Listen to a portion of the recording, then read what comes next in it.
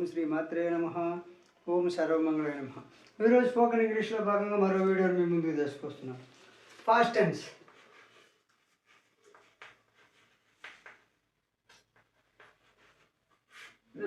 ఇంతకుముందు ప్రజెంట్ టెన్స్లో ఉన్న విభాగాలు మీకు వినిపించాను.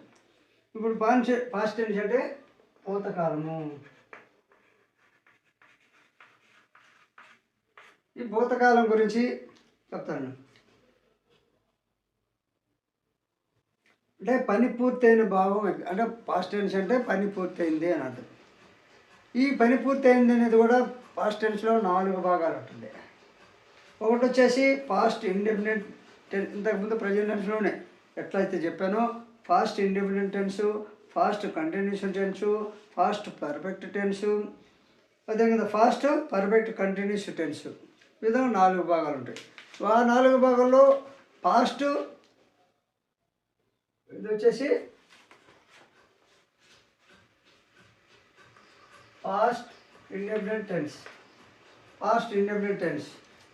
రెండు పాస్ట్ కంటిన్యూస్. 3 వచ్చేసి past perfect, past perfect continuous tense. అదేవిధంగా past perfect continuous, past perfect, తర్వాత past perfect continuous tense. Past tense, past indefinite tense, past perfect, past continuous tense, past perfect tense, past perfect continuous tense. ఈ విధంగా 4 భాగాలు ఉంటాయి. ఇప్పుడు past indefinite tense, past indefinite tense గురించి second form of the verb. Second form of the verb అంటే the police caught the thief. The police caught the thief అను అంటే police దొంగను పట్టుకున్నాడు. The police caught the thief అంటే caught అంటే పట్టుకోడు. The police caught the thief అంటే past indefinite టెన్స్లో పోలీసు దొంగను పట్టుకున్నాడు అంటే ప్రజెంట్ ఇప్పుడే జరిగింది. దాని ప్రజెంట్ ఇండెఫినిట్ లేక సింపుల్ పాస్ట్ టెన్స్ కూడా అంటారు. పాస్ట్ ఇండెఫినిట్ టెన్స్ కానీ సింపుల్ పాస్ట్ టెన్స్. అదేవిధంగా I came late yesterday. I came come. I came late yesterday అంటే నేను నిన్న ఆలస్యంగా వచ్చాను. ఐ కేమ్ లాస్ట్ ఎస్టర్డే అంటే నేను నిన్న ఆలస్యంగా వచ్చాను. అదేవిధంగా I left his company long ago. I left his company long ago అంటే నేను అతని కంపెనీని చాలా కాలం కిందటే వదిలేశాను. I left his company long ago. Left అంటే వదిలేను. I left his company long ago అంటే నేను అతని కంపెనీని చాలా కాలం కింద వదిలేశాను. I wrote a letter to him. I wrote a letter to him అంటే నేను అతనికి లెటర్ రాశాను. I wrote a letter to him అంటే అతనికి నేను లెటర్ రాశాను. ఈ సాంగ్ ఏ సింగ్. ఈ సాంగ్ ఏ సాంగ్. ఈ సాంగ్ అంటే సాంగు ఎస్ఏఎన్ సాంగు, ఎస్ఓఎన్జి సాంగు. ఈ సాంగ్ అంటే పాట. ఈ ఎస్ఏఎన్ సాంగ్ అంటే పాట. ఈ సాంగ్ ఏ సాంగ్ అంటే అతడు పాట పాడాడు. సాంగ్ అంటే పాట, సాంగ్ అంటే పాడుట. చూడండి, ఎస్ఏఎన్జి సాంగ్, ఇది పాడుట. సాంగ్ అంటే పాడుట, సాంగ్ ఎస్ఓఎన్ సాంగ్ అంటే పాట. ఈ సాంగే సాంగ్, అతడు పాట పాడాడు. అదేవిధంగా ఇంటరాక్టివ్ సెంటెన్స్, ప్రశ్నావాచకం. Did you eat bread and butter. Did you eat bread and butter అంటే నీవు రొట్టె వెన్న తిన్నావా. Did you eat bread and butter. వెన్న, బటర్ అంటే వెన్న, బ్రెడ్ అంటే రొట్టె. నీవు రొట్టె వెన్న తిన్నావా.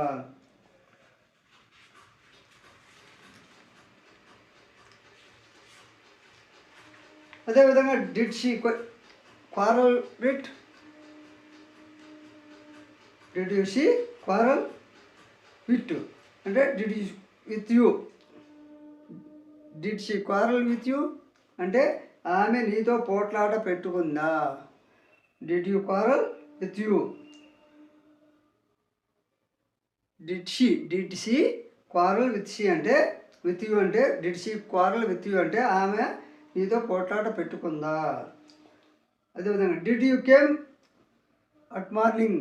Did you came at morning అంటే నువ్వు ఉదయాన వచ్చావా. అతడు ఉదయం did he come did you came did he came at morning అంటే అతడు ఉదయం వచ్చాడా.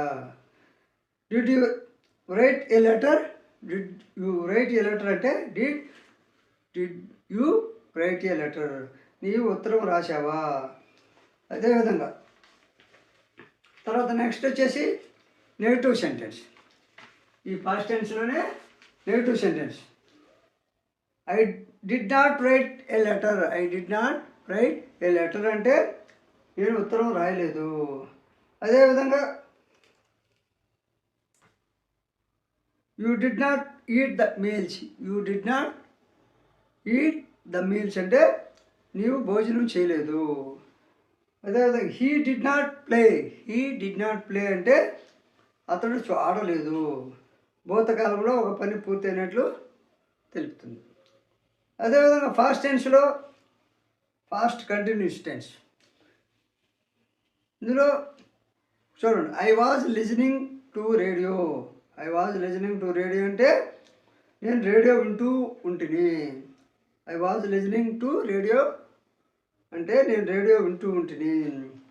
అదేవిధంగా she was cooking the meals. She was cooking the meals అంటే ఆమె అన్నం వండుతూ ఉండింది. ఆమె అన్నం వండుతూ ఉండింది.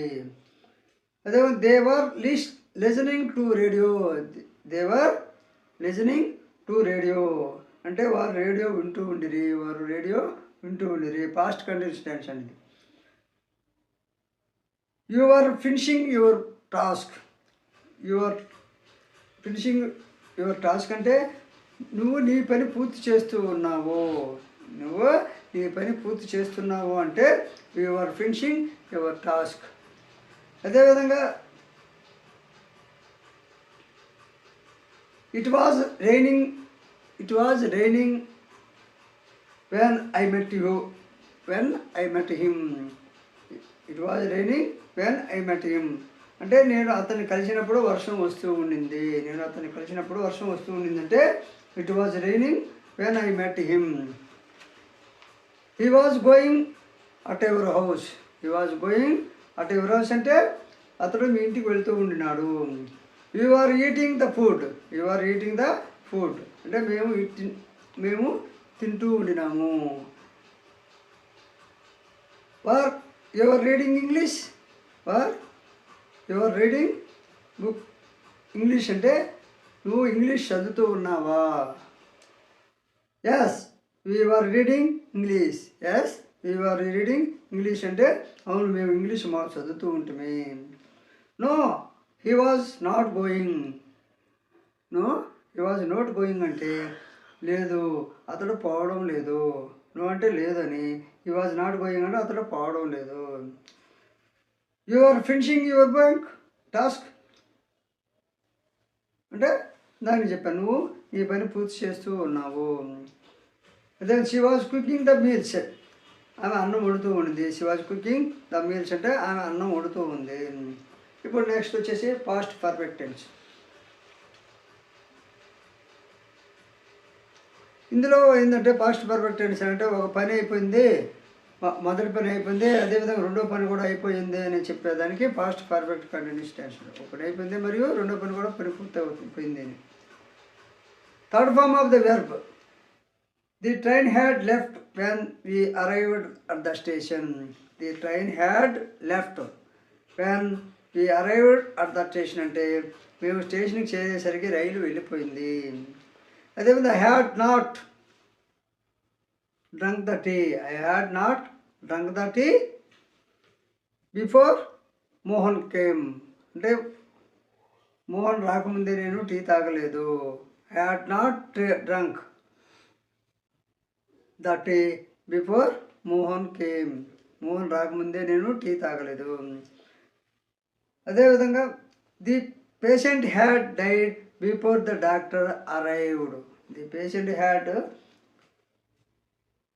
Died before the doctor arrived అంటే డాక్టర్ రాకముందే రోగి చనిపోయాడు.